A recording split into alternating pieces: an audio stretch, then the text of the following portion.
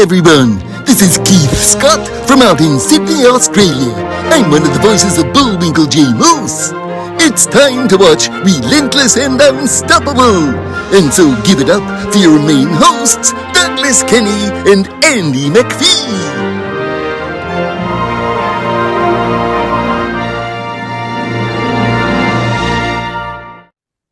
Hey everybody, this is Doug Kenny from Relentless and Unstoppable, and happy holidays. I have the Resilient Santa Christmas sweater from RNU, from the RNU platform, and I have the Resilient Mrs. Claus, Justine, with us today. How you doing? Hi, Doug. I'm very happy to be here. I'm very grateful, and it's a pleasure to meet you and to wear the Mrs. Claus summer version t-shirt down under here in Sydney, Australia. Yep, I appreciate it. I appreciate your support for the platform, and yeah, you're lucky to have the very first shirt version of it produced, especially the award-winning design one. Wow, what an honor. Honors all over today. Yeah, it's an honor meeting you, and yeah, so tell our followers a bit of what you're known for. Well, gosh, I don't know as much as what I'm known for, what I know myself as. I am a multi-creative type of person who has always had a passion since about the age of 16 to act. I also enjoy making people happy, and coincidentally, that kind of, both of those things can work together quite well. I have a family. I have devoted most of my life to them, and now that they're a bit older, I am devoting more time to my career and myself, and I've done pretty much little bits of everything in terms of stage, screen, TV commercials, modeling, presenting, a bit of music, a little bit of this, a little bit of that. I'm also into painting and, yeah, cooking. Oh my gosh, baking. Yes. So I have little fingers in lots of things. Yeah, for sure. So, what was your upbringing like? I had a very beautiful upbringing. I am very, very lucky to have had beautiful parents who made the most out of whatever they had. My father passed away 2020, so I miss him dearly, but my mum is about to turn 93 and lives in the family home and does everything herself and is a beacon of encouragement and just hope that you can get things done even at the age of 92. So yeah, growing up, I had a fairly, comfortable and happy childhood.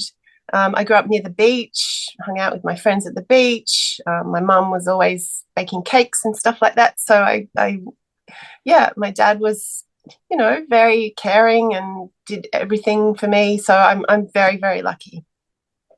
Glad to hear that. Are you originally from Sydney, or where are you from? Yes, I'm from Sydney's northern beaches, from Collaroy, in fact. So, are you originally from Sydney, or where are you from? Yes, I'm from Sydney. I grew up in Sydney's northern beaches in a little suburb called Collaroy.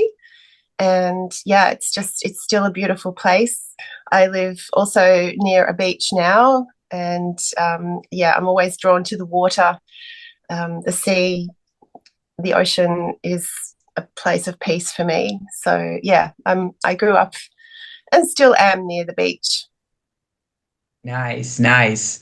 That's pretty impressive, that Sydney has some pretty good ports and beaches, and all the architecture there. I've seen it on the internet. Seems like a very good place.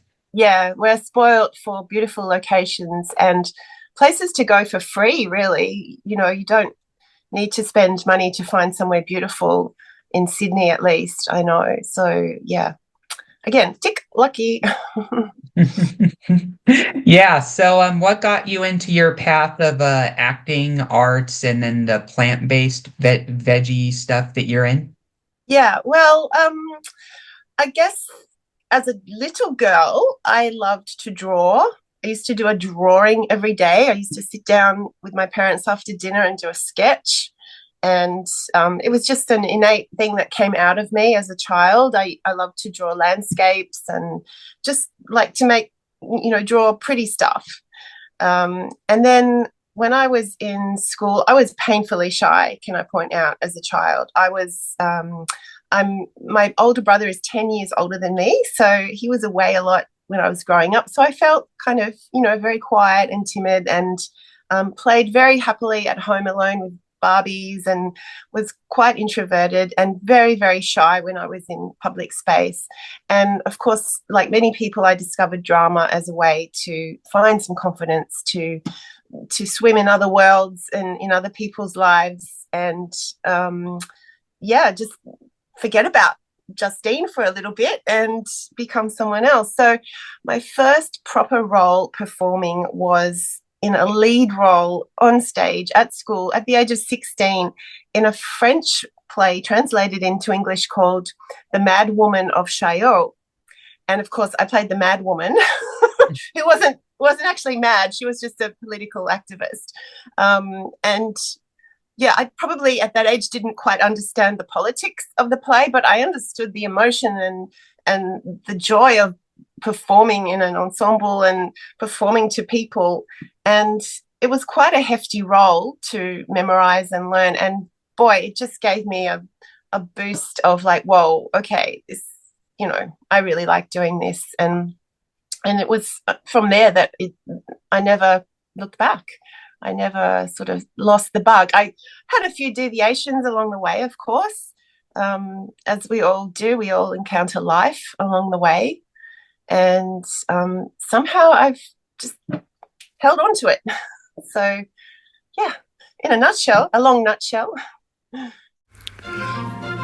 Gee, that's all we have for Relentless and Unstoppable. So tune into the next episode to hear more amazing stories from amazing guests.